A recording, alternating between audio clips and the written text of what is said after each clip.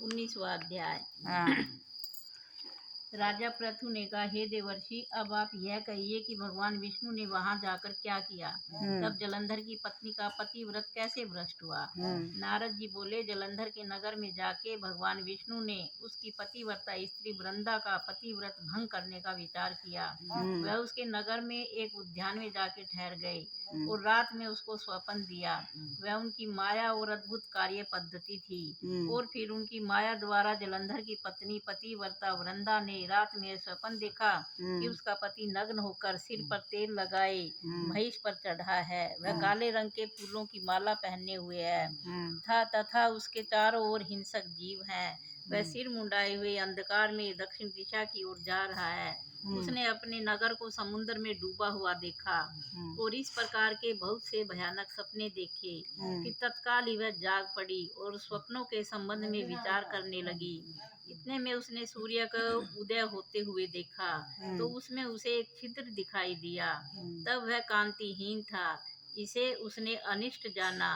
वह भयभीत होकर रोने लगी। वह छज्जे पर गई, अटारी पर चढ़ी, भूमि पर उतरी, मगर उसको कहीं पर भी शांति प्राप्त न हुई। फिर वह अपनी 2 सखियों को साथ लेकर उपवन में गई, परंतु वहां पर भी उसको कल ठंडक न पड़ी। फिर वह जंगल में निकल गई, मगर वहां पर भी उसको चैन न आया।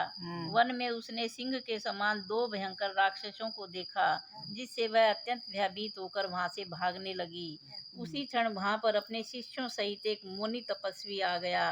भयभीत वृंदा उसके गले में हाथ डालकर उससे अपनी रक्षा की गुहार करने लगी।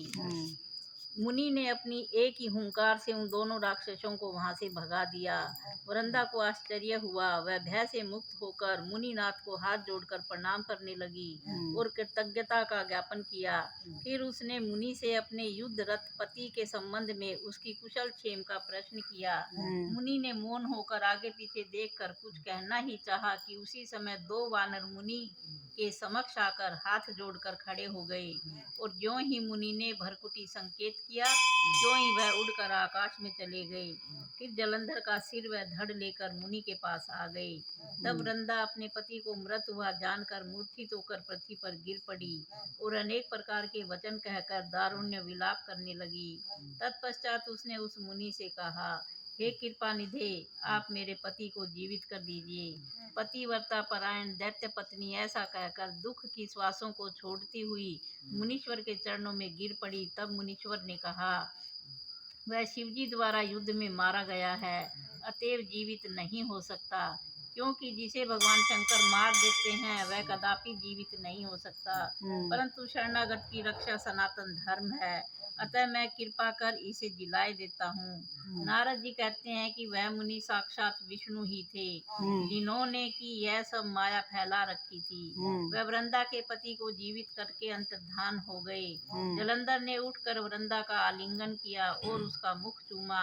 वृंदा भी पति को जीवित हुआ देखकर अत्यंत हर्षित हुई और अब तक हुई सब बातों को स्वप्न समझा। तत्पश्चात वृंदा सकाम हो बहुत दिन तक उसी वन में अपने पति के साथ विहार करती रही। फिर एक दिन उसने सूरत एवं संभोग काल के अंत में भगवान विष्णु को पहचान लिया। अतः उन्हें ताड़ित करती हुई बोली, हे पराई स्त्री से गमन करने वाले विष्णु, तुम्हारे शील को धिक्कार है। मैंने जान लिया है कि वह मायावी तपस्वी तुम ही थे।